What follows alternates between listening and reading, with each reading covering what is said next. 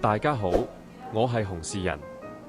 有蟲草大王之稱嘅陳恩德，1997年亞洲金融風暴中欠債數百萬，並於1999年宣布破產及失去所有金融牌照。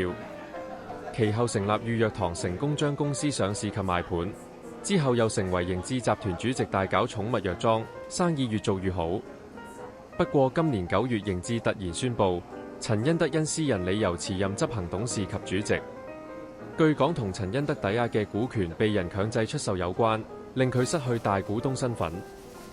有消息透露，陳恩德生意大縮水，巨債纏身，長期拖糧兼拖數，單計過去1年，已有大批員工及債主入稟法院向陳恩德追訴數千萬元。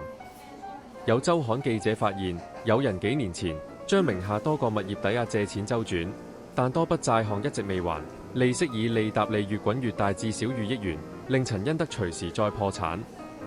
仲話當日追李佳芯時，陳恩德經濟已經出咗問題，好在最後冇成事。不過睇還睇，有上次蘇永康事件，週刊係咁寫，我都驚跟車太貼。我係娛樂滿天飛嘅洪氏人，下次見，拜拜。